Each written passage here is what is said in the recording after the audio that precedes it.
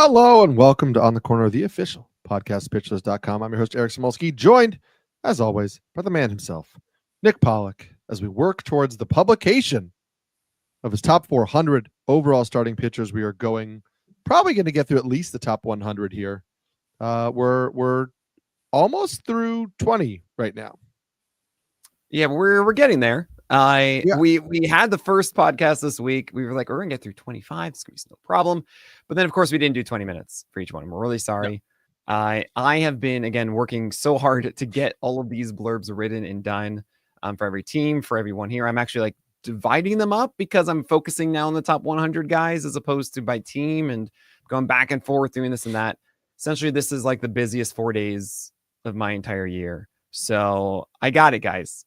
I'll take care of it. I will give a sneak peek to the top 100 to PL Pro members inside the PL Pro Lounge, but you should expect the top 400 early next week on February. Yeah, it'll be there.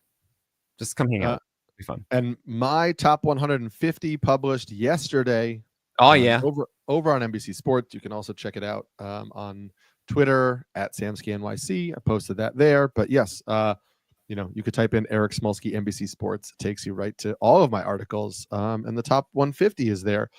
I was able to get blurbs for like the top 100 of those guys. And then I just have a note on there that's like, I have thoughts, but I'm going to fill out the rest. Yeah, that's the thing about it, right? Is we have thoughts about all of them. But I mean, I think part of the process for me here is, I call it my flashcards, is really, I need to do that one dive now. The one like serious one that's like a good 10, 15 minutes of just like me being like, right, okay, I've looked over everything. Yes. Mm-hmm. And then I have my flashcards from there. That's not like, I don't talk about it for 10, 15 minutes. I talk about it for like, I could do it in 30 seconds or so. Right. And I haven't nailed it with everyone yet. And it bothers me. It's like, it eats my soul that I don't have it. So I'm getting there. And then things change. We're not going to talk about either of these guys today, but then you got the Padres signed Pivetta. The Padres also signed Kyle Hart, who everybody's like, who's Kyle Hart? Well, he won the Korean version of the Cy Young last year and then came over to San Diego and might be in that rotation. So you like get everything ready. And now I'm like, do I have to have Kyle Hart in my top 150? And where do I go? So it'll always change. But we are going through starting pitchers 16 to 20 on this episode. We should say that the guys who start at 16 are the continuation of the Cherry Bomb tier, which began with number 13, Tyler Glasnow, number 14, Shota Imanaga, and number 15, Joe Ryan. We're going to get to some names that are much discussed, and people might say, why are they down here, not higher? But your number 16 starter is Dylan Cease. Dylan Cease, who currently right now is still a member of the San Diego Padres. That Pivetta trade may grease the wheels for a Dylan Cease trade out of the rotation. But for right now, Cease with the Padres.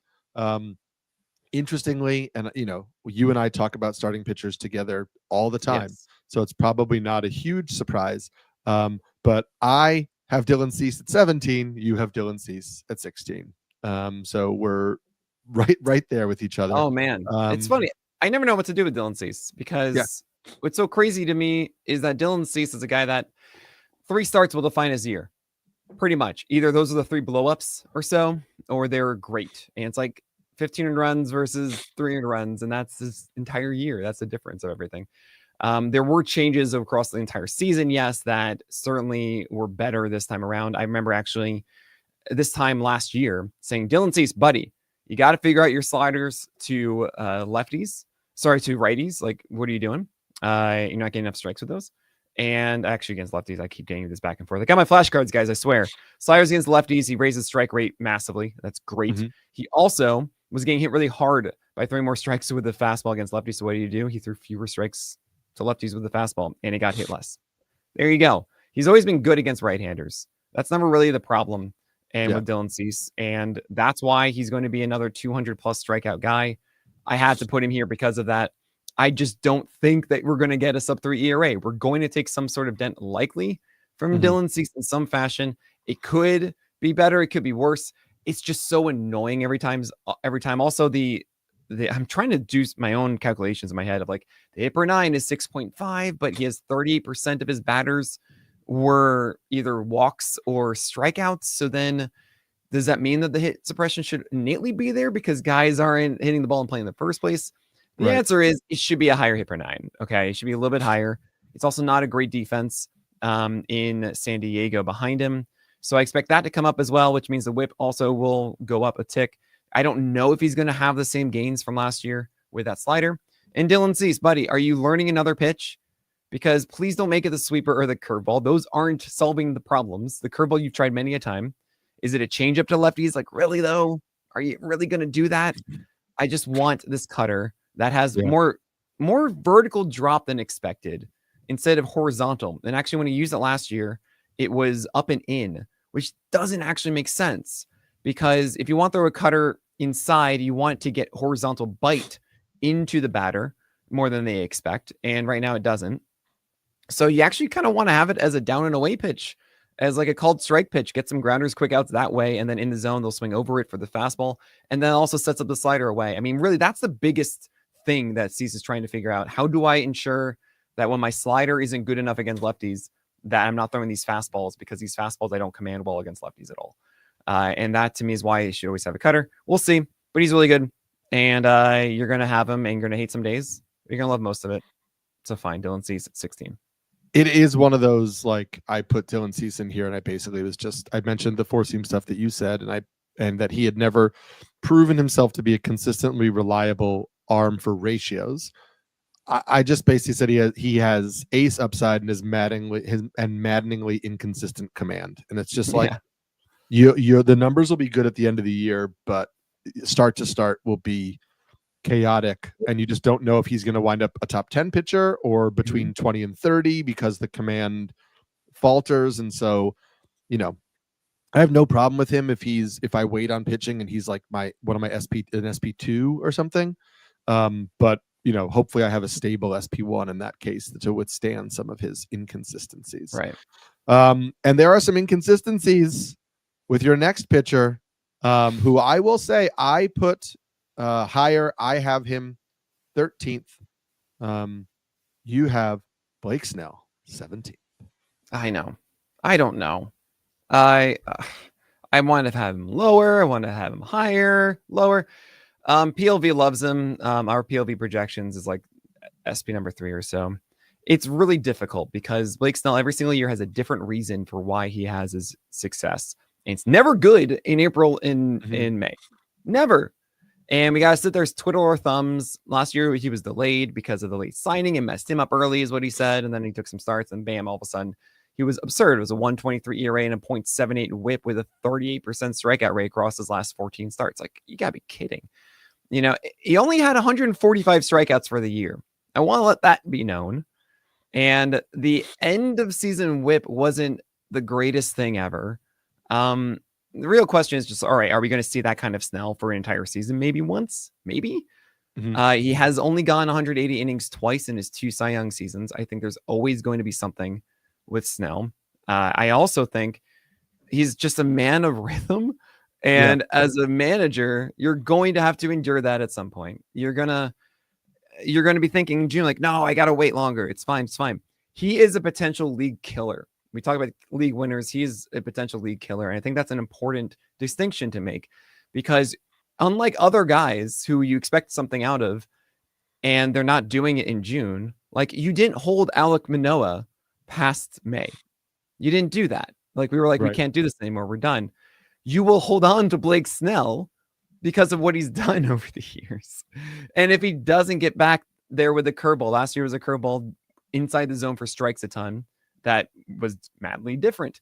We have the 4-seamer in curveball doing a proper Blake Snell blueprint, which is amazing. Thank you so much for doing that again. The previous season, it was his 4-seamer locations where he wasn't getting enough inside. It was all missing up and arm side. So there's always these extra elements. It was a changeup before that, all of a sudden getting out of timeout and becoming good. I don't know. And I hate not knowing. I hate not feeling like I know what I'm going to get every day. It's just me. And if you just want to draft him, forget about him and everything, you can talk about that with, say, like Framber Valdez too. Those kinds of pitchers, This is my own personal preference. I don't want to do that. I want to tinker with my team. I want to be able to assess week to week and make moves. And I feel like that makes me a better manager. Sometimes I over move, all that kind of stuff. I get it. Yeah, not for me. I really hope he does it though. I mean, it's the Dodgers now. Oh my gosh. Yeah, he's definitely not going to go 180 innings now. Yeah. And we should point out that he's only thrown over 128 innings in just one of the last 3 years. And he's only done that twice in his whole MLB career. So we understand how good he is, but I just think it's safe to pencil Snell in for 140 innings. Like that's, to me, that's where I'm comfortable saying that's what I'm going to get out of him, because I know he can pitch more, but he's not doing that consistently. So sure, he could throw another 180 innings. It's within the realm of possibility. That's why you're taking him. That's why I'm taking him in the top 15 if I can. But this isn't a guy who's like consistently been dominant. Also, remember, he had a 4.20 ERA and a 1.32 WHIP in 2021. He had an almost 14% walk rate in 2023. Yeah. And I know that everybody was like, you excuse that by saying, well, he didn't care about walking guys because he knew he would just get the next guy and he could just nibble and strike the next guy out. Like it didn't matter. But those things matter for fantasy. If everything doesn't line up perfectly, that's a harmful whip. That's not a lot of innings. So there are some questions here where, like, I like Snell. I have him 13th. I don't think that is, like, I think that's a pretty fair ranking for him. I would imagine that's actually close to consensus there.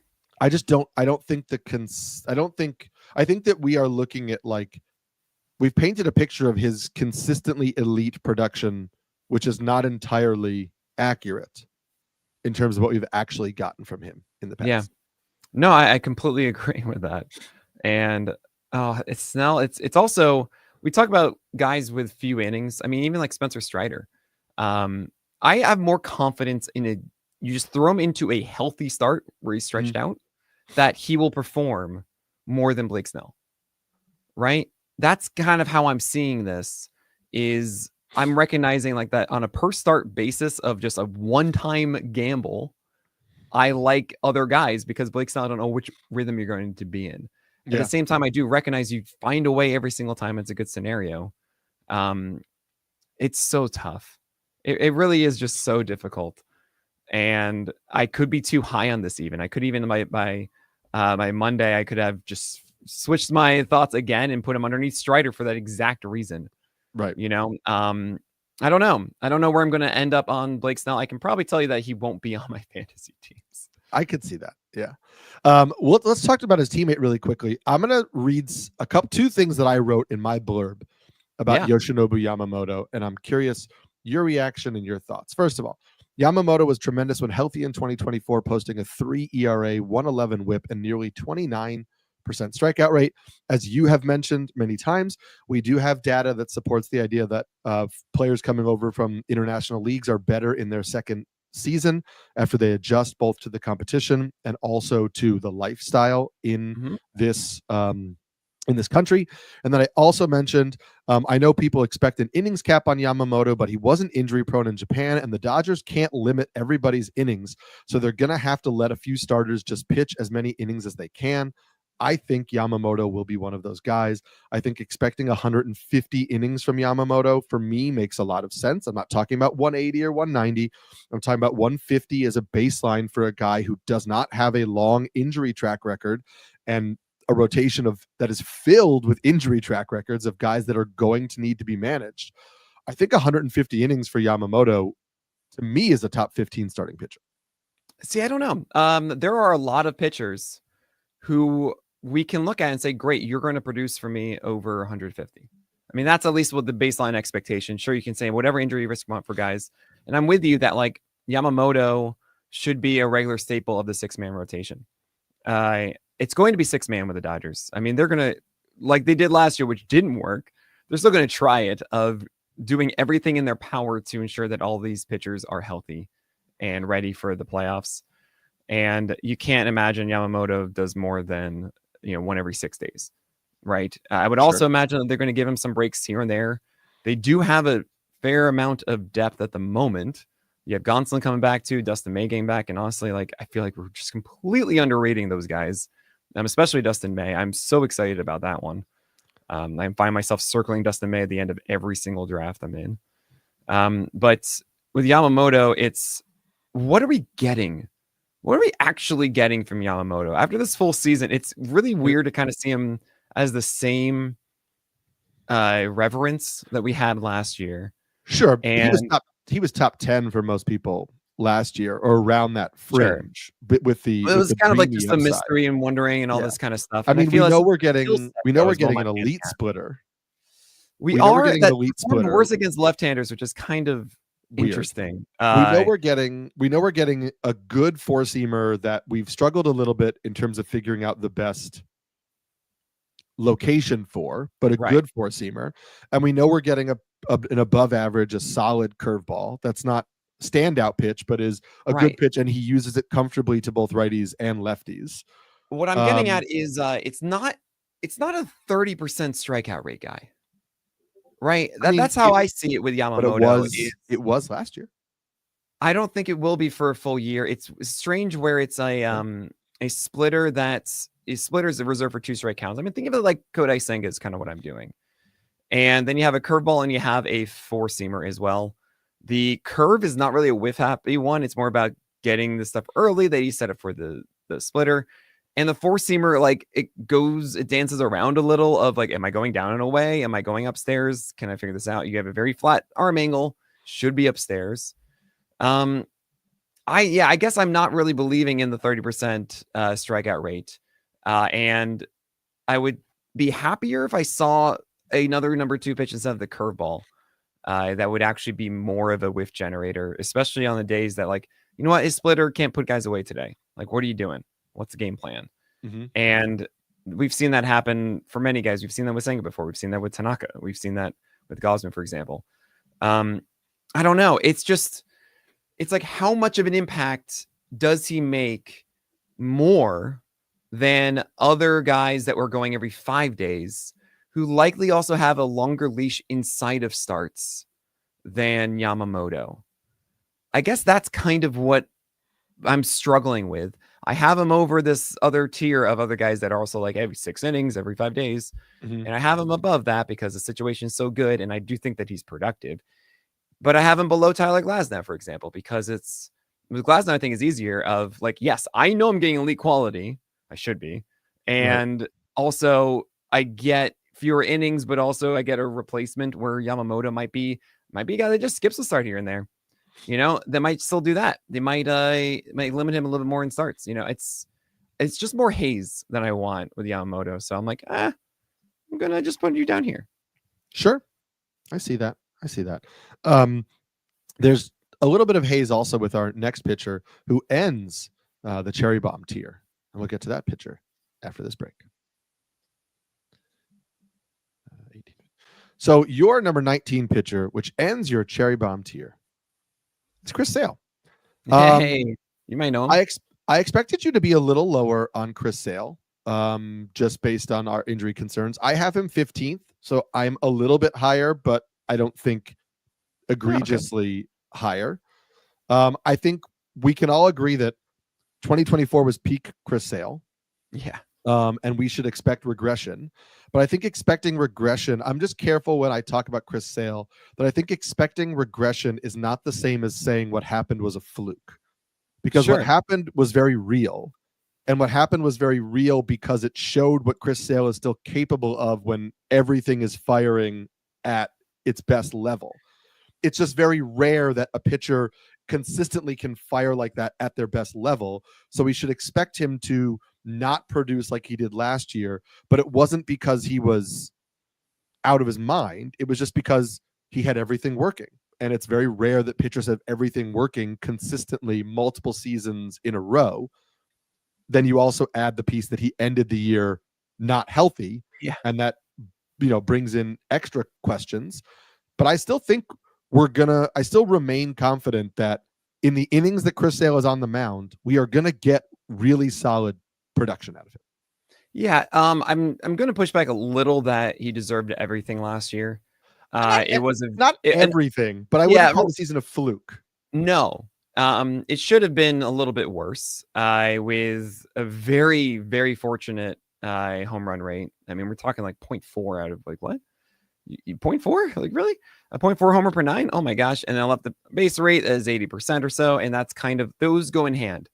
Left on base rate and low home runs. Like, yeah, those guys are gonna be left on base because they didn't get a home run. If you hit a home run, then those guys aren't left on base. Okay. So there is a little bit of that. And actually, it's funny. I looked into this really. I was like, okay, hold on. Where are those home runs coming from, right?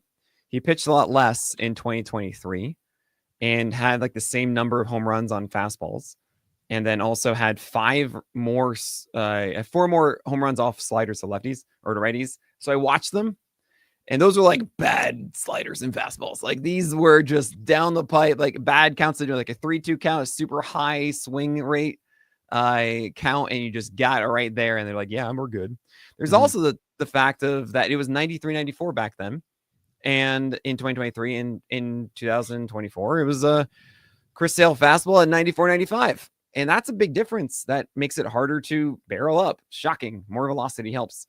So that certainly explains the home run drop. And I'm going to do the classic, great analysis. Let's just average the two.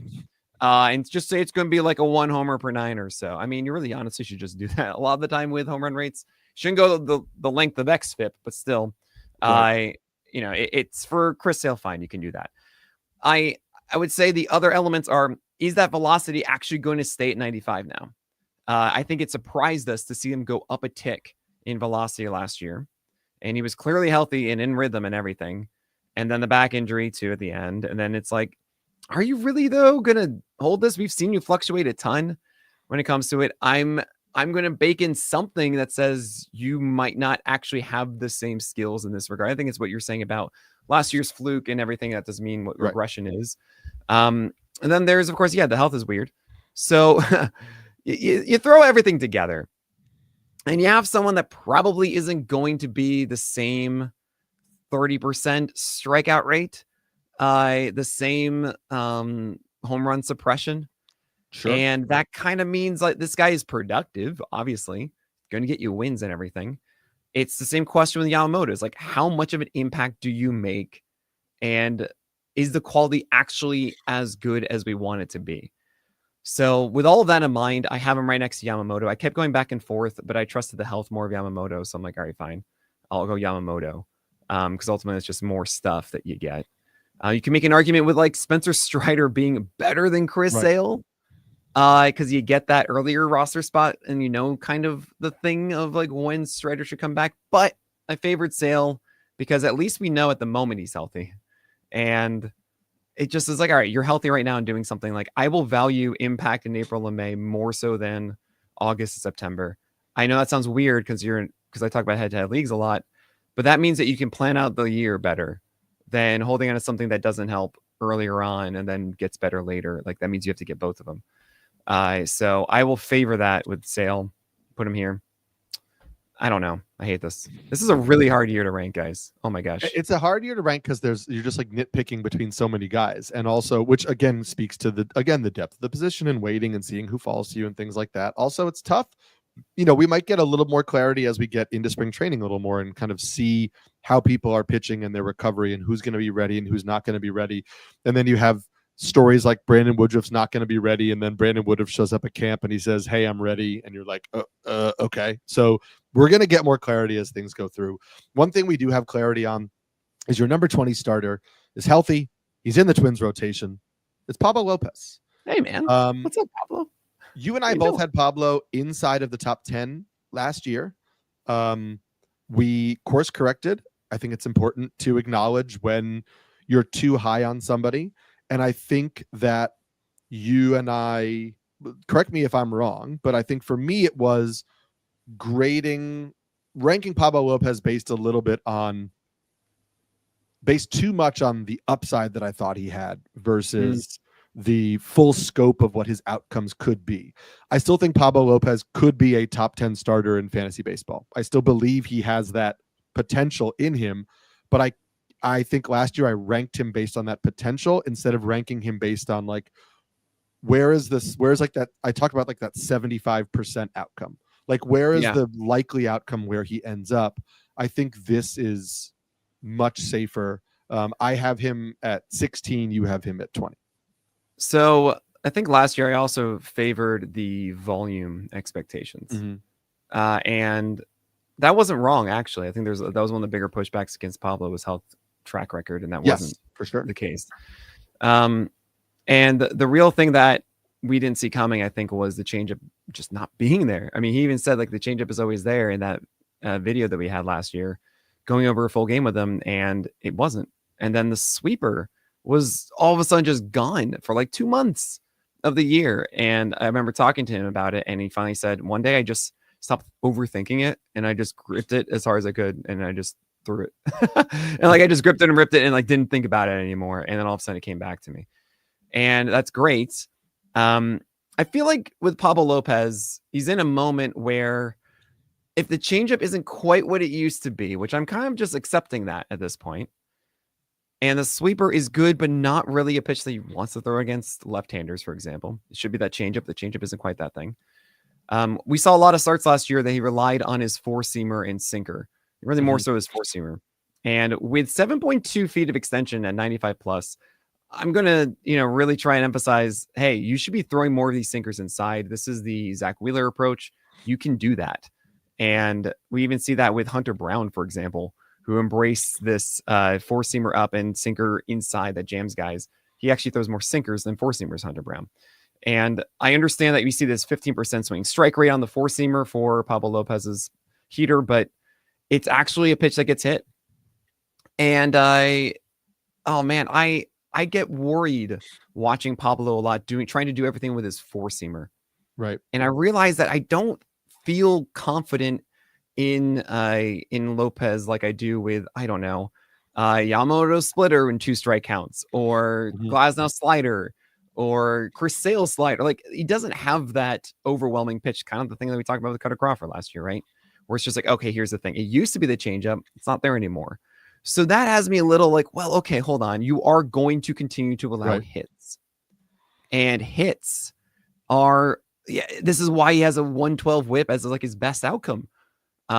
He's not a guy that can be a 105 whip guy until that changeup really becomes that thing again, until he has a way to keep guys off that fastball as much as he has to throw it. That's concerning. And I don't want to be drafting a guy in the top 15 that I don't expect to have a whip under 110, or at least can have that. Right. That to me was the difference maker for Pablo Lopez. And that's why you see the 408 ERA 119 whip of 2024, right? There is that opportunity. Yes, it was much better as the season went on. He had turmoil early that he corrected, still had elevated whip in that time later. I like it. It's just, he's an SP2 for me. Yeah. And to me, like, my ranking of him at 16 also suggests that he's an SP2.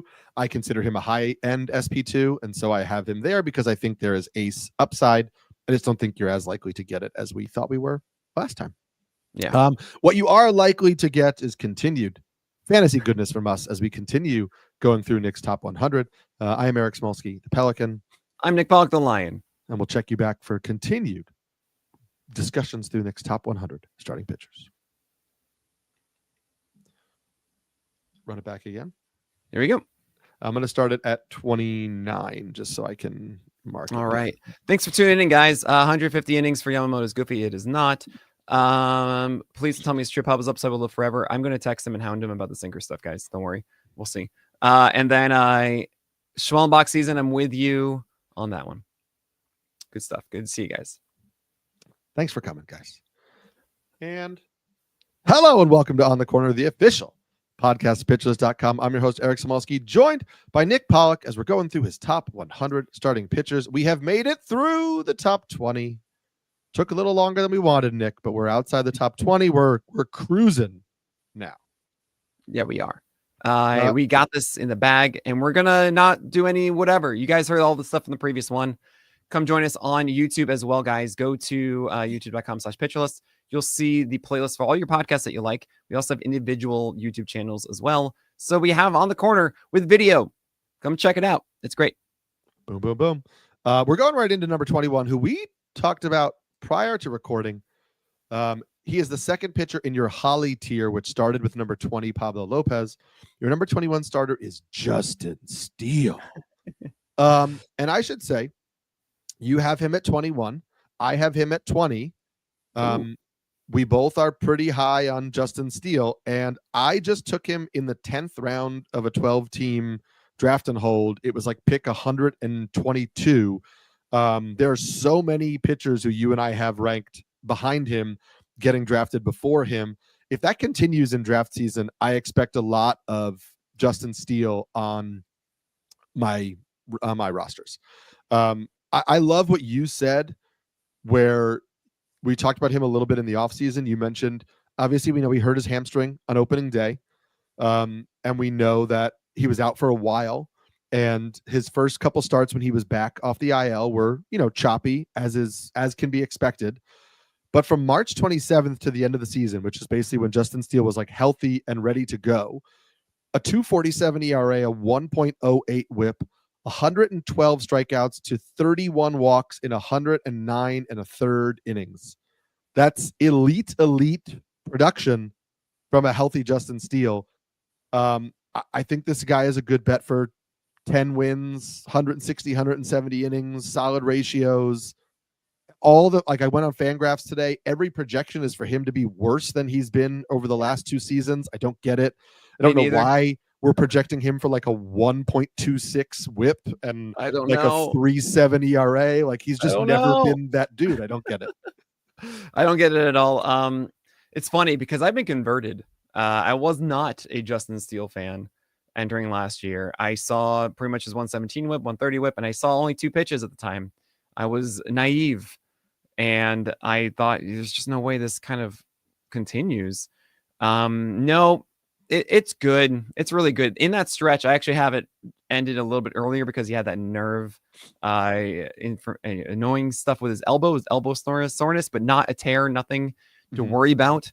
So they delayed him for 2 weeks. I thought they were just going to shut him down, but no, they just 2 weeks, and he even got more whatever starts at the end.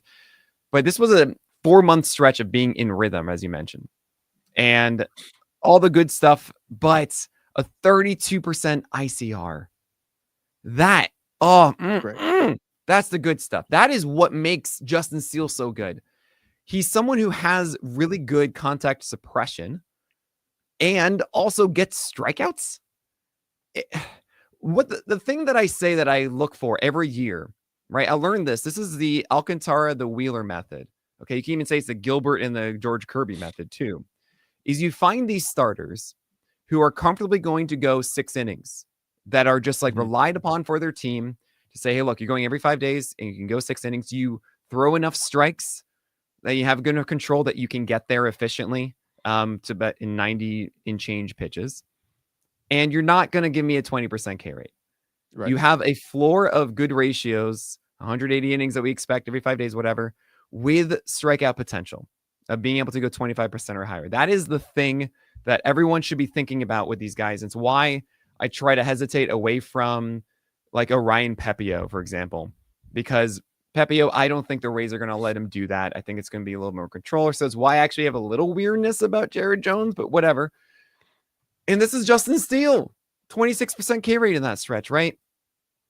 He is so good looking 4-seamers upstairs and then adding cut action. Oh my gosh, he has like 2 4-seamers that he manipulates based on whatever he wants. That comes inside to right-handers. It's like he has his own 2-seamer or sinker to pair with the 4-seamer, right? And then he has 2 versions of his slider. He has a tighter one and then a bigger, loopier one. And it's like he has 4 pitches. He's really, really good at commanding these. I can't express this enough. A 25% ICR on that slider to right-handed batters is just ridiculous against opposite-handed batters. I love it. I think Justin Steele is going to be such a good play for this year. And the fact that we have him and we're able to get him in the 9th, 10th round is everything that you want. He's a perfect SP2 that can be your SP1 for the year, Justin Steele. Yeah. And I listen, I even think you might be able to, depending on your strategy, like you could even draft pitchers you have behind him ahead of him and let him fall. That's how much he falls in drafts. We'll see how obviously how that changes. One pitcher who is going ahead of him, who you have ranked behind him, and I have ranked behind him actually. Your number 22 starter, who was my number 22 starter as well. It's Bailey Ober. Yeah. I love the fact that Bailey Ober was like, I just love the story of Bailey Ober because he was not always that tall, and he was kind of like a command first guy who got taller, who grew into a little bit more of his body, grew into that extension, started putting together like a strong, he just has reshaped who he is as a pitcher. I love the change he made last year, breaking his slider into like a sweepier slider and more of a hard cutter. We've talked so much about how the second season of pitchers throwing new pitches tends to be a little better for them because they have more consistency with them. I don't think it's crazy to expect a better year from Ober than what we saw last year as this new pitch mix takes shape. I just think he's rock solid. Yeah, no, Bailey Ober, he has a home run problem. Pointed that out really well yesterday on the craft. And Bailey Ober is someone that I think just gets better. He obviously had that start of the year that was terrible, and everyone was so upset and enraged about it. He also had the game against Atlanta. He had essentially 2 games that were 17 earned runs that really messed up the ERA. He still had it underneath 3.98, to be fair. It isn't always fun to say, oh, but if you just remove his worst games, then everything is fine. Right. But it shouldn't be 17 in 2 games, right? And the way I see it with Bailey Ober is he has this elite extension. He used to pepper the top of the zone with 4-seamers. He was Bailey Ober-Rizzi at that time. And it came down last year. We're talking like in 79, 80% high location last year. Versus this past year was more like 60 to 63%. So that's still really high and good. However, Bailey Ober, I think, should be able to get that fastball upstairs again. And if he does, that makes the cutter much better. That makes the changeup that is still so good elite again. And yeah, once again, 6 innings consistently with the Twins. He's going to get a lot of wins again. He's going to have that low whip because he doesn't walk guys, and this stuff is hard to hit. And also the cutter off of the 4-seamer, it might be not as effective as other ones that we've seen with the elite extension because he's not at 95 or so. He's at 91, 92. But I still love that. I feel like those should be pitches that are really hard to tell with that extension that look similar and pair off of each other. So I'm a big fan of this with Bailey Ober. I think it's relatively safe, good whip, good strikeouts. It's just about, can you just get that 4-seamer back up again? And that should limit the home runs. Yeah, it's relatively safe, and it's interesting because then the next guy, not relatively safe in the sense that we just don't have the track record. He is a darling in all of fantasy baseball right now. It's Spencer Schwellenbach at number 23. And I will say that, like, when we went to First Pitch Arizona, I had Schwellenbach like 36, 37, and I felt like I was in on Schwellenbach. And everybody was talking about him much higher. You were, all the conversations. Yeah, right. I now have Spencer Schwellenbach at 26. I feel like I have bought in a little bit more based on what we've talked about. I love a young pitcher with like a six pitch mix. Eno has talked in the past so much about how the deeper the arsenal, the less we care about like stuff plus. But I also just love that, like, he was a young guy who adapted and changed in his first MLB season and expanded the arsenal and was able to attack hitters with different pitches. And I just think that sets him up for continued success. And so I am also in on Schwellenbach this year, but a little bit lower than you, I guess. Well, I mean, I just love the fact that he's in such a good situation. He has all the things that you want, just what I'm talking about. Of you have a guy they let out to throw 90 plus pitches in a given game, has really good control. So he's not going to be inefficient in that time, which means he's more likely to go those full 6, which means he's higher chance for a win. Also on a winning ball club with a good offense. So that should still continue there. You have multiple swing strike rate pitches that actually I think could be even utilized more in his cutter, in his slider, in his curve, in his splitter. He also has a fastball at 96, which you love to see, which had a higher swing strike rate and against the right-handers than I expected, because it's not really good movement. It's not really one of those exceptional shaped 4-seamers, more drop than you want on it. And it is a little bit flat as far as attacking. That's good. It's a little above, 6.5 extensions, like 6'7", which is good. It's not quite that 6'9", 7 feet, but it's fine. It's good enough. And he throws too many strikes with them currently, especially against left-handers. And I hope that he pulls back from it next year. But Spencer Schwellenbach, to me, I mean, he has all the tools for this, right? He has strikeout ability. He has win potential. He has low whip. He should have a low ERA because of this too. This is what you're looking for. The only pushback is something that Jason Collette has mentioned a ton, which is, hey, there was a massive workload increase from 2023 to 2024. You might not see because 123 innings in the majors, but it's about 167, I think it is, combining with the minors. And yes, that isn't good. I'm not going to try and say like, no, there's nothing to worry about whatsoever. No, you generally don't want to jump in it. And that's so big. It doesn't mean that it's a death sentence for Schwellenbach. Essentially, when it comes to conditioning and being able to be stretched out, you kind of stretch guys out until they show fatigue, until they're actually unable to do a routine of pitching. And I don't think we saw that from Schwellenbach last year. I also am in belief that you got to kind of push a guy at some point.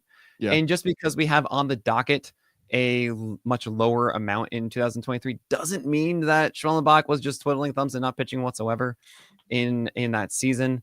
I'm not that terrified, and I would imagine that Atlanta would have not allowed him to pitch as much as he did. Maybe they were just that desperate in the season, but I didn't really see a decline in his ability during that time. I think with all the heightened injury risks of everyone that pitches these days, I'm going to say it's not something that I'm going to bake into my analysis of Schwellenbach, who has all the makings of being a reliable starter in an SB2 this year. Jason Collette is a great guy. His work is awesome. I just think collectively, I understand the desire to try to like get a better understanding of innings limits and innings escalations and recovery from this injury and like how innings is impacted by workload and previous injury. I just think collectively we think we know more than we do. And so I am just happy to say, sure, I understand there is a potential for risk because of the jump in workload, but I think it's as likely in my head that we get a full season for Schwellenbach than we do get an abbreviated season for Schwellenbach. Right. Typically his skill set is someone, or not skill set, but like that kind of efficiency is, it's like Zach Eflin at like 21% strikeout rate or something like that, 22. Mm-hmm. And to see that he has this ability of like, no, 25%, I get more whiffs on this stuff too with this deep pitch mix. It's so good. And it's funny, like I find that I guess I run counter to the public in the sense of like, I think people are more willing to do this with hitters, right? Like, Junior Caminero is like going like top 65 now in drafts, even though you're like, okay, he's been battling injury. He hasn't played a full season. The lineup context isn't great. Like he doesn't steal, but everybody's like, but if everything breaks right, I'm going to get tremendous value. So I'm going to take him high. With my hitters, I'm more willing to say, okay, but I'm more willing to just go based on like the projections, the consensus projections tend to be way more accurate for hitters. Yep. What is likely going to happen in terms of their at-bats, their plate appearances, their whatever. And with pitchers, I'm more willing to say, okay, what if this breaks right? Yeah, Not exactly. 100% outcome, but what if this breaks right? And with Schwellenbach, I'm just willing to say, what if this breaks right for 155, 165 innings? It could just be more of the same as the thing. Exactly. Too, yes. right? Breaks right, meaning the workload doesn't come back to bite him. Right. And that's where I'm at on that. I'm curious about your next pitcher who you are less confident on than you are in Schwellenbach. We'll talk about that guy after this break. So before we started recording, you were like, should I keep this guy here? Should I move him? I'm so conflicted. And let's talk about your ranking for your number 24th starting pitcher, Tanner Bibee. At the end of the day, you decided this is where he belongs. But why was there hesitation? Why is this where he belongs? What are your thoughts on Tanner Bibee? Tanner Bibee, so I wrestled with Tanner Bibee in the past, essentially just like watching him and feeling like he's not the best command guy, especially with the slider and the changeup. And I think against lefties, there's still a little bit of annoyance watching him, especially like he doesn't get the changeup down nearly as much as I want him to. He has this cutter now that is actually helping a ton. And I wonder if he's going to increase its usage from 50% last year against lefties, as it had 26% ICR. And honestly, that is a game changer for me.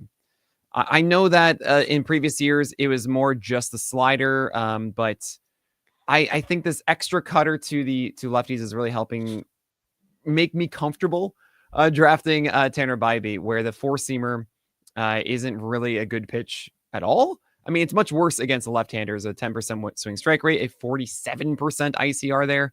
And at least it's down to 43 against right-handers. He's able to utilize the slider and cutter much more effectively.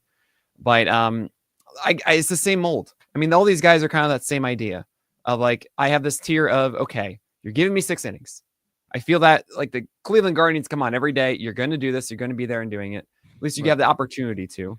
The walk rate got better last year. Found more strikes. The cutter helped massively. That cutter to right-handers was also very good. 20% swing strike rate with a 66% strike rate. That's so good. The striker is 54%. I'll take that all day. I like Tanner Bibee now. It's wild. I still think the four-seamer is not very good, and he should throw it less. Please throw it less to left-handers, and probably against right-handers too. I do like the slider still. It is more aggressive. It's a little bit harder, a little bit softer, and a little more movement. Very effective against righties with a 70% strike rate and 21% swing strike rate. Like, that's amazing. That's so good. Throw more of those. Stop going 43% four-seamer on a pitch that's a 43% ICR. I don't like that, Tanner Bibee. But those things are so filthy. They continue to miss bats a ton, induce weak contact. I think those adjustments can be made even more to make him better. And a 3.47 ERA, 112 WHIP last year with a 26% carry. Like, I love this. I'm amazed, but like I'm very much in on Tanner Bibee now. So yeah, it's strange. Yeah. This is a strange feeling. It is. I have him 28. I'm a little lower than you, but there's some guys we'll talk about, some veterans that we'll talk about in later episodes that I have just slightly ahead of Bibee, where I just feel pretty good about like their relative safety and consistency. And maybe I should with Bibee as well, because he hasn't been bad at any stretch in his MLB career, and maybe he's just as consistent as some of those veteran arms. Yeah, I mean, it's really the cutter. The cutter showed up. And it might be like, no, Nick, that's the slider. It's slightly harder, and he's able to utilize it much better, especially against left-handers. I want to really reiterate that. Against left-handers in 2023, Tanner Bibee's slider had a 14% usage and was just bad. It was 58% strike rate with a 9% swing strike rate, right? He couldn't trust this thing. However, in 2024, that cutter showed up, and now he's throwing this 15% of the time for 67% strikes and a 17% swing strike rate and low ICR, right? And that made him more confident with the slider, and that also got used. So then you took that low usage slider that wasn't effective and now turned it into a 26% usage pitch that is very effective, right? That's a huge gain for Tanner Bibee. I can't emphasize that enough. That's like a major difference for him, and I'm in. Go get him. Just go get Tanner Bibee, guys. Like, don't go after all the other big names, all the big risks and stuff. I'm just like, you know what? Just wait longer. Get Tanner Bibee. It's all good. Steele and Ober and Tanner Bibee. I kid you not. I could probably do my drafts like 7th, 8th, 9th round. That's reaching for those guys in 12 teamers. Yeah. 8, 9, 10. Like, great. That sounds wonderful. This is going to be the first like pretty big discrepancy we have right now, because you're 25th ranked starting pitcher. I have 41st. And it's Bryce Miller. Oh, you have 41st? I have him 41st. I will say, I said in my breakdown, Bryce Miller has an elite four-seam fastball, but no secondary pitch that is consistently a plus pitch. They all flash plus at times, but it's a roll of the dice to see which pitch shows up in which start. He started messing around with a cutter last year and has been posting videos of him throwing it in the offseason. And if that pitch looks legit early in spring, I may move Miller up to the top of the next tier, which would mean that Miller would then move up to like 33. Okay. So a little closer to you. But yeah, that's kind of my thoughts, is like, like it. Love the idea of the cutter. I think I need to see it before I'm going to adjust it too much. No, that totally makes sense. I think this is two things for me. Of one, like we can say everything that we want about the anti-cores of Seattle and 2.94 ERA and 0.98 WHIP, and yeah. We know that the 2.37 BABIP isn't turning around again, and all this stuff. 6.5 hit per nine should probably go up to like 7.5, and it changes everything. I'm not going to believe that whatever we saw from Bryce Miller in 2024 is the same person we see in 2025. I think there are certain guys, for me personally, that I'm more willing to give the development stick to. And it's a stick. It's one you hold in, like, a Quaker meeting or whatever it is. You're the one who's talking right now. I'm like, okay, hey, who's going to develop? You are. Bryce Miller, you got the stick. Okay. And tell us how you feel. So with his vast arsenal, that to me is an indication of a guy trying to figuring this out. And him trying to experiment with this and that, and to see him working on the cutter now. And we saw the splitter show up last year, and it had moments that it helped him too. There is also this idea that the four-seamer is always going to be good against right-handers, and he just needs something else to work against left-handers. I also like the sinker being used against right-handers as well. I think that was a very effective move for him. We had a 34% ICR on that sinker, and he threw it 26% of the time against righties, while 44% ICR on the four-seamer. Right now, whiffs 18% swing strike rate on that four-seamer to right-handers, which is still really good. And even if you want to do the home road splits, and by the way, guys, oh my gosh, guess what? We have home road splits in the repertoire section on Pitcher List. If you didn't know this, our player page is like, I made these so that I could do the pitching analysis I wanted to do. And we keep adding all these things that we want.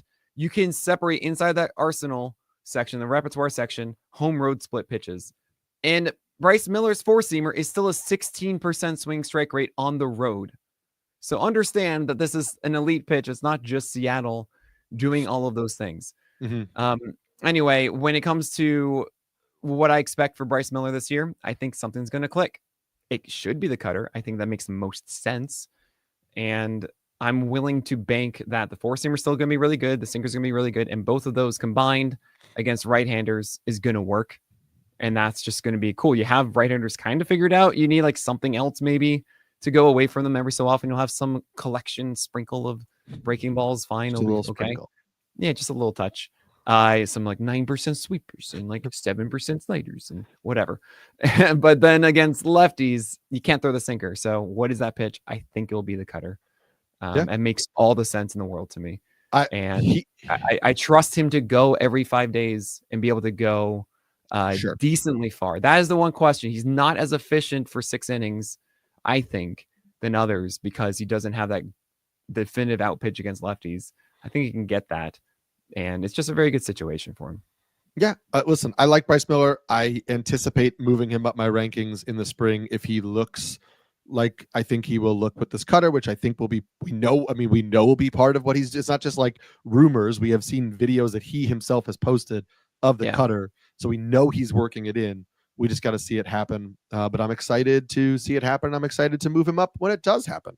And he will leapfrog some of the pitches we'll talk about on the next episode. So make sure you continue to tune in as we go through Nick's top 100-ish starting pitchers. I'm Eric Smolsky, the Pelican. I'm Nick Pollock, the Lion. And we'll check you on another episode of On the Corner. My water bottle's in the other room. I'm going to run and get it, and then go ahead. Come right back. And Adam, just because you asked this question in the chat, the Phillies said Andrew Painter after the All-Star break. Is it now All-Star break? Well, they said like June, late June, early July was what I heard. Yeah, I just say that's the All-Star break because it's basically the All-Star break.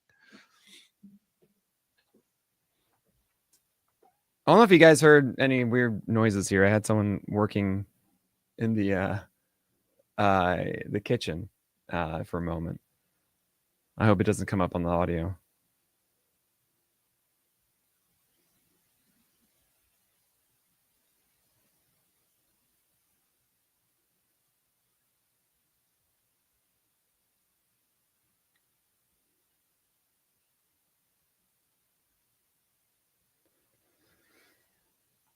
Queens over BK. Come on, stop that.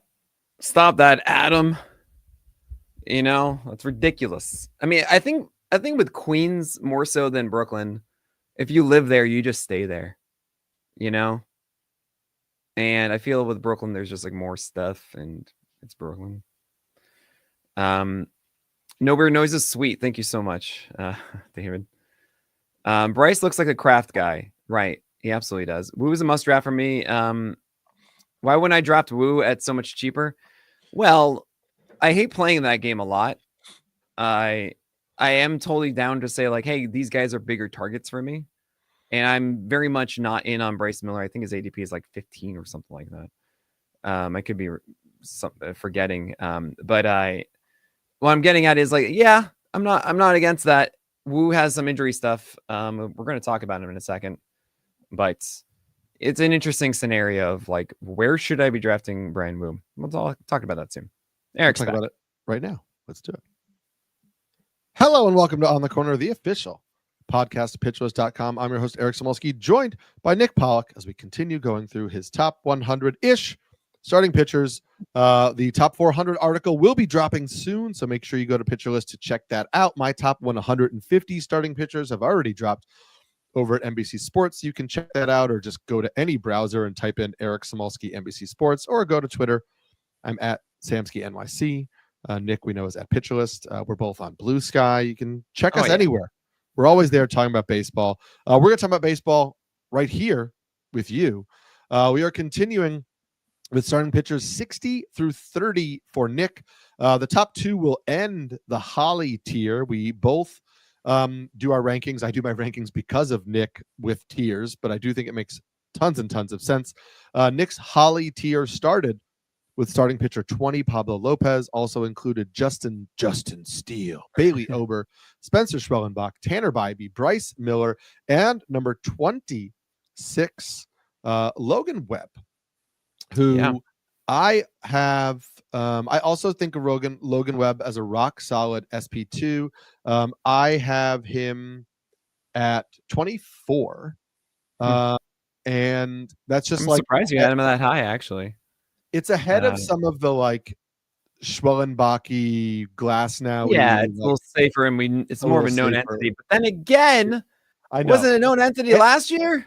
Well, listen, we talked about this a lot. I talked about Logan Webb specifically in my first pitch Arizona presentation, which I did again for PitchCon, which will be up on YouTube at some point coming up. So make sure you guys. It's up now. Oh yeah, perfect. It's up. Check it out. Another reason, guys, you got to go to youtube.com/pitchlist. Go subscribe to the channel. We have all the PitchCon panels from previous years. We also have playlists for each podcast on this network, including this one. You can go back and watch them. All of these episodes, they're great. It's the best time. Go check it out. For the craft, we've got there. Fireside Chat too. First Pitch Podcast is going to be there. I'm, all our stuff on the wire. It's great. Yeah. I listen, I talked about Webb specifically. Webb was a guy who was like a fringe top 10 pitcher last year because we were leaning into safety. And I think that we have proven like we shouldn't lean into safety because there's really no such thing as safe. However, I think Logan Webb, once you're getting into like the mid 20s, feels much safer because we get really solid ratios. Typically get really solid ratios, typically get lots of innings. I didn't like some of the changes he made to his pitch mix last year. I just think that they are easily alterable, and he is a guy who has drastically changed his pitch mix in the past. So I think that he will address a lot of these issues. He cut back on his changeup usage a lot, which I don't like. I know it was because the changeup was getting hit harder. Yeah. I think a lot of that also has to do with some of the weaknesses in the rest of his pitch mix. I didn't like that he changed his slider into more of a sweeper. It wasn't beneficial. It wasn't that much different. He got like 3 extra inches of horizontal break, but it performed much worse. Oh, I know. It wasn't good. I did like that he started throwing the sinker inside to righties a lot more. I felt like that was righties were hitting him harder than lefties. I felt like that was also part of the reason he dialed back the changeup usage, because obviously the changeup is not going to be as impactful to righties as it would be to lefties.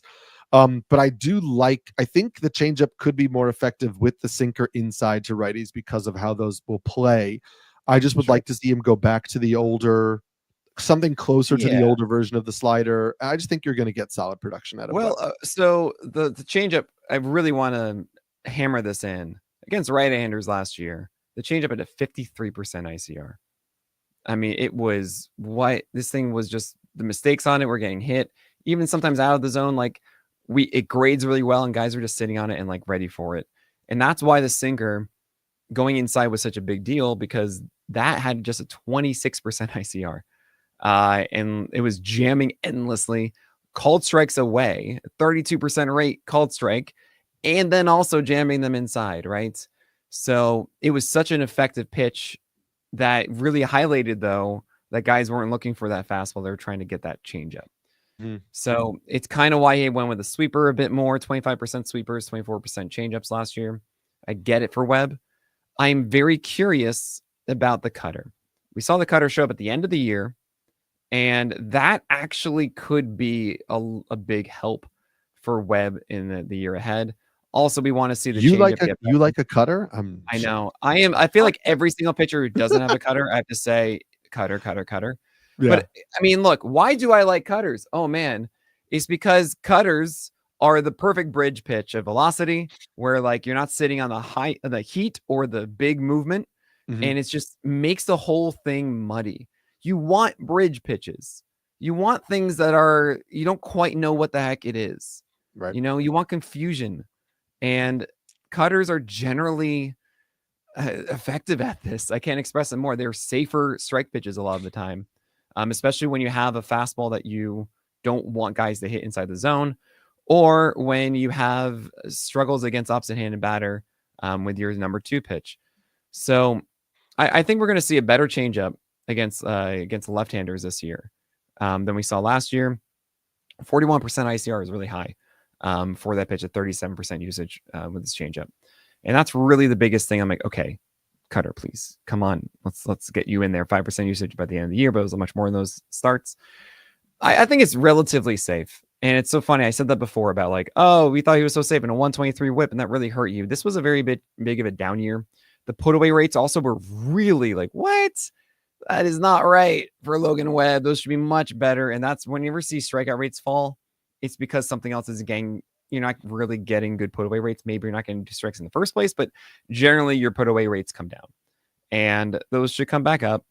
And overall here, I think Webb is just inside this tier of like, yep, 23, 24% strikeout rate. It's also going to be made up in volume. Like you are the highest projected innings guy, so you can have a lower strikeout rate than others. And then the ratios should be somewhat similar to everyone else that we were talking about in this tier of like the Tanner Bibee and the Spencer Schwellenbach, etc. So here you are, Logan Webb.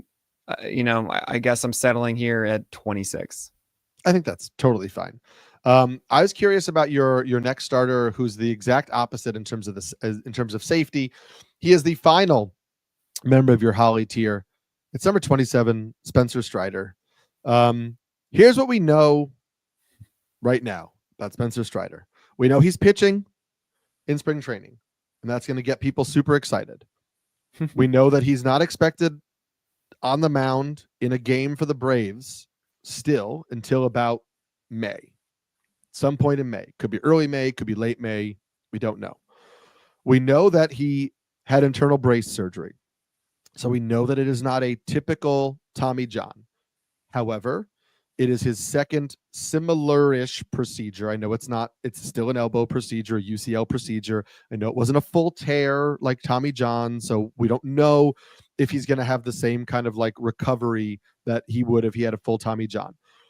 We know that command usually comes back last after Tommy John, so we should expect some command regression early on from Spencer Strider, as is the nature of coming back from a UCL surgery. We know that Spencer Strider is essentially a 2-pitch pitcher who relies on that kind of command, in particular with the slider, to make sure he's getting both swinging strikes and strikes in the strike zone. So him having less than his usual command might regress his quality of innings overall. We also know that Atlanta sees themselves as a World Series contender, and Spencer Strider is a huge part of contending for that World Series. And in any sort of calculus they're doing in terms of his innings, they are going to want to make sure that he is getting innings in September and October. That, in my mind, means that limiting his innings a little bit in April, May, and June makes a decent amount of sense.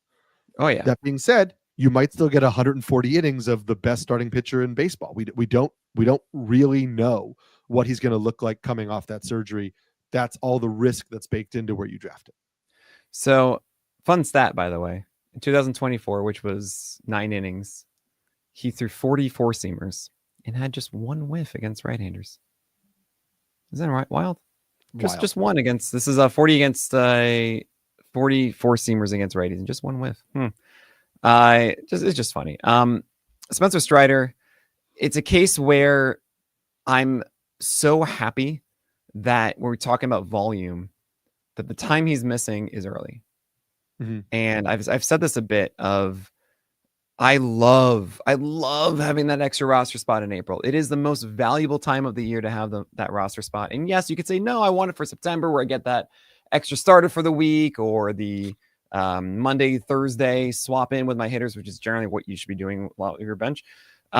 No, because April is when you get decisions made.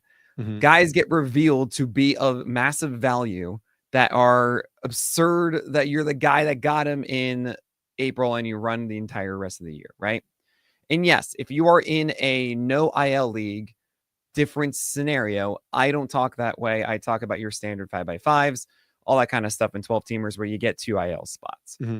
It is so great to put Spencer Strider in there, get that roster spot, and then it's like Ted Lasso. You can then have 2 aces, you know?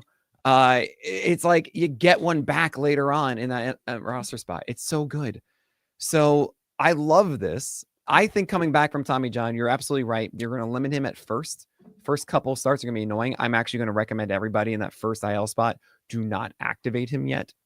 Right. And then take advantage of that spot. I would probably, whoever I was going to drop for him, I would just make it a batter the previous day. And then like, if maybe I can get one more start in, or just really plan all my moves around it, something like that. But yeah, it's going to be like 4 innings the first time, 3 innings, 4 innings, 5 innings, and bam, then you're good. And it's going to be amazing. He's going to be amazing with it, guys. All right. It doesn't matter what the third pitch is or not. It's going to be amazing. And to get volume that you know is going to be of quality is amazing. The only real pushback I have is he, totally fine? And is it actually going to be May 1st or so? Right? That's it. We see this every year of like Gavin Williams last week. Oh, it's just going to be delayed for a week or 2. Oh, Brian Wu, just a week or whatever. And it extends and it extends and it extends, and we don't know. And it's possible that it's the case with Strider. To see him out there throwing catch, though, or playing catch, throwing catch. My gosh, that's not one of the things. It's have a catch or playing catch. You have a catch. And that's how I am. But anyway, doing that, much better indication. I could even see myself pushing Strider even higher up this into where Yamamoto is if I wanted to. But it really depends on if you feel secure with the back end of the guys that you're going to be able to draft or not, and who's going to be in that free agency out of the gate. That if they're not that great, then okay, fine, you don't go for Strider. But if you're still going to get things that you like, yeah, I probably would favor Strider, actually. But it's 1 month. It's 1 month, guys, that you got to survive. Okay, then yes, everyone on May 1st would rather have Strider than Yamamoto. Right? I feel like that's what we're all going to say. So if that's the case, what is 1 month of Yamamoto worth? And like the gap between that replacement thing, assess who that is. I'm convincing myself right now that I should be raising Spencer Strider. I am anticipating that I will be raising Spencer Strider. I want to hear a little bit more. I want to see a little bit more about what he looks like pitching in spring. Yeah. And then I want to hear a little bit more about like the timeline, which right now is still a little nebulous. But I could easily see bumping him up closer to like where I have like Glass now in the like low 20s. I don't know that I'll go higher, but we'll see. We'll see what happens, what the Braves say in terms of innings workloads and things like that. I think there should be more talk about innings workloads for the next pitcher that you have ranked here. It's number 28, Roki Sasaki. I also have Sasaki 28, so I think you and I are in lockstep on it in terms of ranking. I was surprised that he is going as late as he is in drafts, and maybe landing with the Dodgers made it feel like people expected his innings to be limited. But remember that this is a guy who hasn't thrown over 130 innings the last 2 years in Japan, while he dealt with arm issues that were more connected to fatigue. But he also have this report that a couple years ago they recommended Tommy John surgery for him, and he didn't take it because he was thinking about actually coming to the States, and he didn't want to jeopardize that, but also that maybe there's a weird thing about maybe the medical recovery process, the surgical recovery process is better if he's connected to an MLB team already, I guess. I think that Sasaki is going to be good. We don't necessarily know how good because we haven't seen it. We're also acknowledging that his fastball regressed last year, and we're assuming that it was connected to this fatigue, but we don't really know that it was connected to this fatigue. It could just be regression. And then you have the fact that it wouldn't surprise me if he throws 110, 120 innings this year, with the Dodgers just being cautious about him. So I'll take him if he continues to fall. And I would much rather take him in a league like this rather than a draft and hold type of league where 110 innings is problematic from a starting pitcher. Yeah, I totally understand all of that. I think I have more faith that Roki Sasaki is going to be studly. If we say, hey, he's going to get 180 innings, where are we putting Roki Sasaki? Right? I don't know, because we had Yamamoto 11th, 12th, 13th last year, and it didn't pan out. Well, the strikeout reasons. Yeah, and I'm just saying, sure, but that wasn't 180 innings as well. I'm just saying, sure, of a per inning standpoint, right, of quality. I think, where are we on Sasaki? If I'm looking, let's go off of your rankings. Sure. I maybe put him 16th after Joe Ryan. Oh, interesting. I would say I think we're talking above. I think we're in the Reagan's King Garrett Cole scenario. Garrett Cole, if it's 180 innings, the reason that a lot of those guys are there is it's productive and 24% striker rate or something like that, 25. And it's well, Sasaki should be 25 to 30 easy. That's the expectation I have for Sasaki as far as strikeouts go.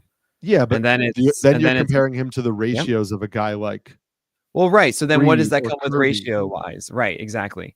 And that's more of a question. My understanding of him overall is just this guy's a stud. I could be very wrong on this. And so this ranking right now is saying, okay, if I know I'm getting production when he starts. I don't know how much he's going to. I don't know the whole scenario of it. I'm not ready to say it's 100 and 120 or so. Mm-hmm. I would imagine if that is too, it's IL instead of just kind of twiddling our thumbs and waiting for him to go 2 innings or something again. But he has what I see right now. He's the start of a tier for me. The weird thing is he's going to be on a minor league contract. You think he's going to go to the minors or something for a moment? No, I'm just saying they have more flexibility with, if they want to manage his innings, they have more flexibility with the ways that they are able to do that versus a Glasnow, Snell, whatever. They could send him to the minors. They could send him to extended spring training to work on, you know what I mean? There's flexibility. A really good call.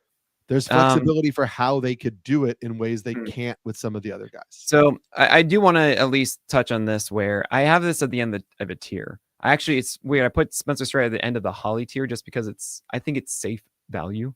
And that's really what Holly's supposed to be. And I have Sasaki at the start of the Cherry Bomb tier, where you're starting to get now where there's a reason why all of this won't work for everyone. Mm-hmm. And the reason it won't work with Sasaki is just more, and less of the actual quality, it's just more of the annoyance of being his manager, right? And after this, we have Brian Wu. I know, surprise, guys, but here you go. I'm spoiling it because I got to do this. We have Brian Wu and Grayson Rodriguez. where we both expect them. We think that this could very well work. With Wu, it's injury stuff for the most part. And Grayson Rodriguez, like, you got to put things together still. But then after that, it's Freddie Peralta, whose slider was terrible against right-handers last year. And he has Professor Chaos, which is his volatility that just appears randomly. It's so annoying. You have Luis Castillo and Aaron Nola and Framber Valdez, which I know is shocking to say after 30. I know. We just have so many good pitchers. And those are guys all showing signs of things that should be much worse than last year. Then you have Sonny Gray, we don't know. Shane McClanahan, it's I love this. And also it's a weird scenario and how many innings am I going to get there? And if anything here, it's saying, Nick, you should have Shane McClanahan above Roki Sasaki. And I might do that. But when it comes to Sasaki versus the others, I think on a per inning standpoint, I think Sasaki is actually the best of that lot. Maybe not Brian Wu, but Brian Wu is weird. And so do what you guys want with Sasaki. I think spring training will illuminate a lot of things with him. Yes. And I'm just very excited about it. You throw in the wrinkle of it being the Dodgers, where that's an amazing win chance. And that should not be ignored either. Yeah. But I think this is a good segue into Brian Wu, and I could see many people wanting to take him instead. Do you want to do that, Eric? I don't, but I think I should based on the logic that I just gave, because my concerns for I don't know. My concerns for Brian Wu are health related. And if I'm saying Sasaki's going to get 110 innings, if that's my logic, which I just said out loud on this podcast, then I don't know why I would take him over Wu, who I think could also get 130 innings, 120, 130 innings. You know what I mean? Couldn't those be better than what we get from Sasaki based on what we've seen from Wu? I just want to note, you mentioned a lot of this Sasaki questions could be answered in spring training. I love the article that Eno wrote about his arsenal. Just a couple things that Eno referenced in terms of Stuff Plus with the diminished velocity, which we assume is connected to fatigue, but might not be connected to fatigue. And it's important to note that the four-seam fastball that Sasaki threw used to grade out close to Hunter Green. With diminished velocity, it graded out closer to Gavin Williams, which is a significant decline. The slider that Sasaki throws was down almost 4 miles an hour last season in Japan. It had graded out close to the Andres Munoz slider, and at diminished velocity graded out close to Brady Singer's slider. So by the way, Gavin Williams four-seamer, Brady Singer slider is an amazing combo. They're not bad, but it's not Hunter Green's four-seamer with Andres Munoz's slider. Right. My only point being that if it's not fatigue that caused the dip, but something mechanical or something whatever that he can't just snap his fingers and fix, it's not the ceiling that I think we were expecting previously. Sure. That's just something to keep an eye on here. I love Brian Wu. I have him 30. I have him right after.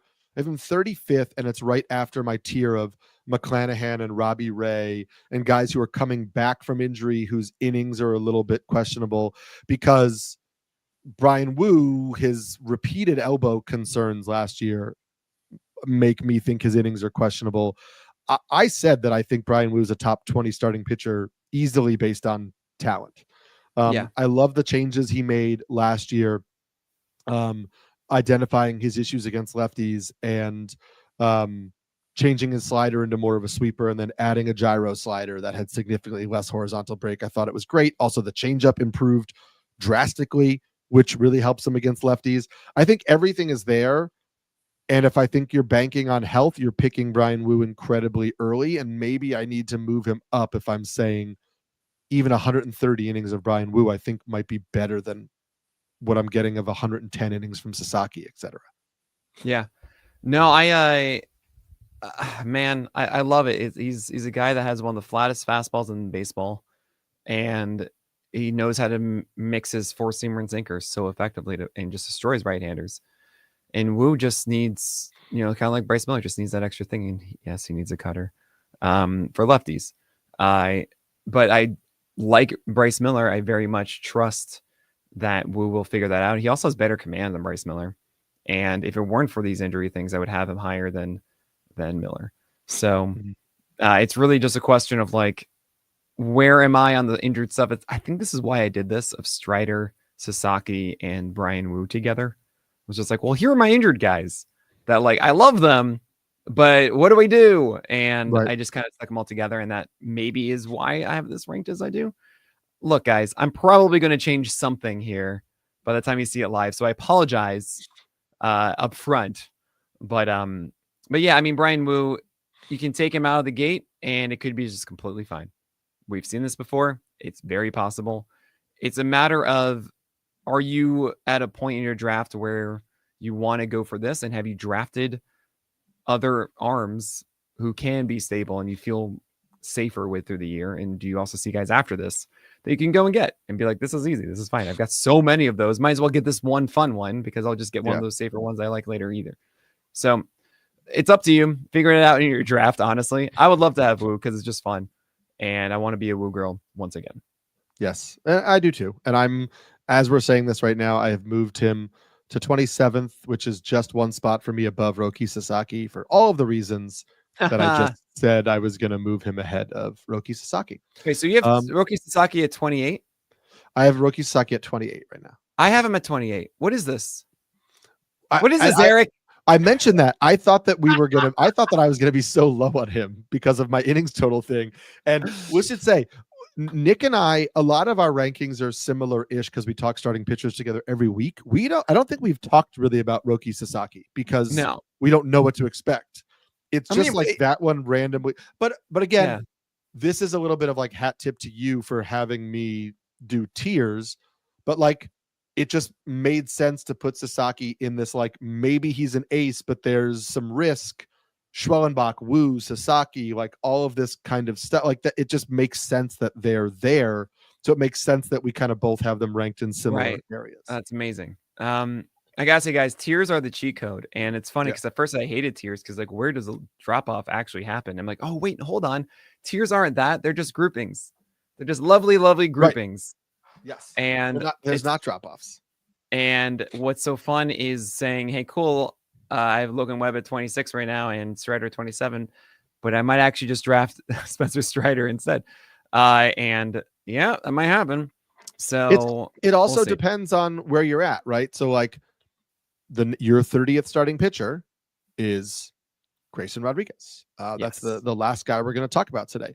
I have Grayson Rodriguez in a tier where I consider like safe starting pitcher twos. He's ranked for me below Brian Wu, Roki Sasaki, and right now Glass now because I'm just waiting to see what happens with the injury recovery, etc. Sure. But if I had a risky starting pitcher one, I may say, listen, I'd rather take Grayson Rodriguez than Brian Wu. Not That's because I think I wouldn't Grayson Rodriguez one. What? Well, sure. The riskiest you won, I wouldn't be going for Grayson Rodriguez. Well, but yes, I'm using it as a hypothetical. Right. I may wait even more. I may wait even more and take Sonny Gray. I'm just having a laugh. Like you're totally right. But just the idea is like the tiers are general suggestions. Grayson Rodriguez, similar to the Pablo Lopez conversation we had last episode, was somebody I ranked inside the top 20 last year, right next to Bobby Miller. And for me, that was a lesson in ranking based on premium upside and not ranking based on, again, that whole like idea of a 75th percentile outcome. I ranked Grayson Rodriguez based on what he could be, which is part of what you want to do, but you also have to acknowledge that like ranking somebody based on if everything clicks is dangerous. And I think my ranking and your ranking of Grayson Rodriguez still suggests there's a lot of upside here, but there are some things to work on. And a lot of it has to do with the consistency of his command and like where he places pitches within the zone. Yeah. So it is interesting to even think about it. Like you just mentioned Bobby Miller, and it was Alek Manoah who was the top 20 guy who just completely got dropped or whatever. Then Bobby Miller became that guy. Right. Mm-hmm. And it's like, okay, hold on. Who is that guy in 2020 who just gets dropped on teams? And, you know, my instinct. That's such a good article idea, Nick. I know. I'm gonna write this down while we're talking because I may write that article. You should just, I got it. It's fine. It's fine. Just go. No, I don't have any time for this. You should absolutely do it. This is how you become baseball writer of the year, guys. You write the things. I also haven't become that yet. No, fair enough. No, I was talking about myself. Clearly. Right. Absolutely. Obviously. Yeah. Yeah. And that's how you get nominated for baseball writer of the year. No. I would say that Bailey Ober. I just think of the guy that throws the slowest. Sure. Is it Bailey Ober? Is it I mean, I could see it being Blake Snell. But right. Joe Ryan, maybe? No, it can't be. No, not Joe Ryan. Shota Managa, maybe. It could be, I could see Managa with the homer issue. Yeah, but there's no way Managa's that. I'm sorry, there's no way. I take that one back, just because like the splitter's so good and like his fastball's no. Only Bailey Ober, I think, if it just gets worse with him. That's the one I would say is like, oh. So there's your article winner. I'm telling you, I just mapped it all out for you, Eric. Thanks. Grayson Rodriguez, though. So it's funny. Actually, I was talking about Grayson on the craft with I think either a week ago or yesterday. And I was like, oh man, Grayson Rodriguez has a cutter. He goes, well, he has a cutter. I was like, what? It's like they're so thrown back. I was like, what? Oh no. Like, how did I miss this? And I looked into it. Well, yes, technically Grayson did throw a cutter. However, it was an 87.2 mile per hour one with a slider at 86.5. And I would say that I want him to have like a proper hard cutter at like 91, as to go with the 97 or 96 that he throws with his fastball. Because that's not the pitch that we want to have. The difference in movement is pretty much negligible between the slider and cutter as well. 0.4 versus 1. And then in vertical break and 5.3 and 5.8 for horizontal. Like, it's the same pitch. So that's the thing I feel that Grayson Rodriguez needs very badly. And I know it sounds crazy. What? Nick going to cutter again? Because he's an extension boy. And I can't emphasize this enough, guys. I mean, fine. Don't do that, but get a sinker against right-handers. This is the ticket right now. We've seen it constantly work, and we learn these things every year. But like, what is it? What is it? What is it? Well, if you throw hard and you get lots of extension, you have to have 2 of these pitches that are hard in the zone. If you just have 1, essentially what happens is guys gear up for the 96, and it becomes really like 98 or so when it's a 7.1 feet of extension. And then when you throw with the massive drop of velocity, the second swing is what I like to call it, where it's the guys who gear up and then they need to slow it down now and stop themselves to kind of have that pull back and forward again almost. And it's where the stop and then they start again. And you can't really do that at like 3-4 mile per hour differences. You really can't. It just looks like the same thing, and that's it. You're not really like making a small adjustment and waiting. You can do that when it gets a little bit larger, and then when it becomes so large, it's just like, this is, I can't, I've committed so much, right? So you need to have that cutter in there too, and you don't have anything, Grayson, that is a big mile per hour difference. It's in that window. It's 96 with the 4-seamer, then this quote unquote cutter, really 87, and then you have the slider 86. It's really 86 half and like cutter and like 87 change. Like that's too big of a gap at the moment to really deceive in this way. And then if you throw in the cutter, now they don't know if it's the slider or not. Now they're a little more off on this. Right. And it really makes everything work out. I mean, it's shocking to me to see a guy with this much extension and this much velocity and with a decently flat attack angle. Yes, 15 vert, which is kind of deadly for him, but 1.2 height adjusted VAA. Like, this should be a massive swing strike rate 4-seamer, and it's at sub 10%. Right? It's crazy. It does great things against lefties. 17%. Why? Because the changeup masks it pretty well. Looks like it and everything. But dang, man. So I don't know. For me, Grayson Rodriguez is a guy that has the materials that we like. We like high stuff secondaries and, and this big overpowering fastball. But it's just not coming together yet. I mean, he really focuses on that changeup to lefties. And I made the assumption that it was going to last year. It didn't. And actually, I realized that he really hurt you because it was a 124 whip for as long as it was. That said, he still gets strikeouts. It should be a winning team. And there is a solution here for a young pitcher. He's going to be 25. Actually, he is 25, I should say. He's going to be 26 in the end of the year before the season, after the season ends. So Grayson Rodriguez, to me, is that kind of guy. I'm circling at this point saying, all right, I don't feel like I need to get Aaron Nola. I'd rather just see how this works out with Grayson, because he really could vault into like top 5 stud tier if this goes right. Yeah, I agree. And that's why I think he's really good value here at 30. Ooh, the sun has started to set, and I am looking like it's like a little horror movie-ish here with the lighting. Yeah, you got a mask, actually, it looks like. But that's cool. Great, because this is the end. This is the end. This is the end of this episode. We're going to keep going. We're through 30 pitchers. We're going to keep going through far more in the next few episodes, so make sure you join us for all of that. I am Eric Smolsky, the Pelican. I'm Nick Pollock, the Lion. And we'll check you next episode of On the Corner.